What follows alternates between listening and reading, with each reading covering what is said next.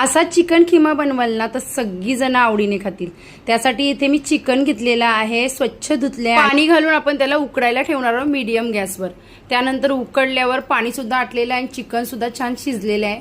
आता थोडा वेळ याला थंड करून घ्यायचं। थंड झाल्यावर त्याच्यामधनं सगळी हाडं वगैरे असतील काढून घ्यायची आणि चिकनचा मांस आहे तो पूर्ण मोकळा करून घ्यायचा। त्यानंतर कढई गरम करत ठेवायची, त्याच्यामध्ये तेल घालायचं। चिकन आहे तर थोडं जास्तच तेल घालायचं। तेलावर हिंग घालायचं, त्याचबरोबर बारीक कट केलेले 2 मीडियम साईजचे कांदे घालायचे। कांदा छान परतून घ्यायचा। कांदा परतून घेतोय तोपर्यंत इथे मसाले काढते मी। इथे मी बिर्याणी मसाला घेतलाय, आगरी मसाला घेतलाय थोडा, त्याचबरोबर गरम मसाला आणि हळद घेतली आहे। बिर्याणी मसाल्याच्या जागेवर कोणताही चिकन मसाला वापरू शकता।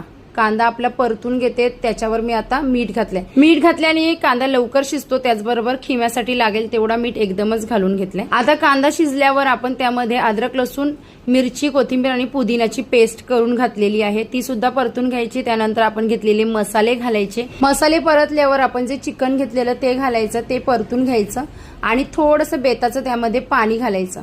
आता इथे तुमच्या चिकनची क्वांटिटी जितकी असेल तितके मसाले वगैरे येतील। हे सगळं परतून झाल्यावर ह्याच्यावर झाकण द्यायचं आणि साधारण 5 मिनिटे याला शिजू द्यायचं।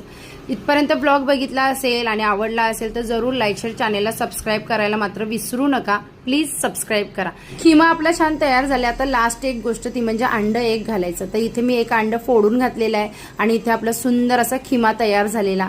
माझ्यासाठी मी पनीरची भुर्जी बनवलेली, एकदम भारी झालेली, आणि माझ्या नवऱ्यासाठी, मुलीसाठी खिमा बनवलेला। तर अशा प्रकारे हा खिमा तयार आहे। भाकरी बरोबर तुम्ही खाऊ शकता, एक नंबर भारी झालेला। पुन्हा भेटू नेक्स्ट ब्लॉग मध्ये। आता बाय।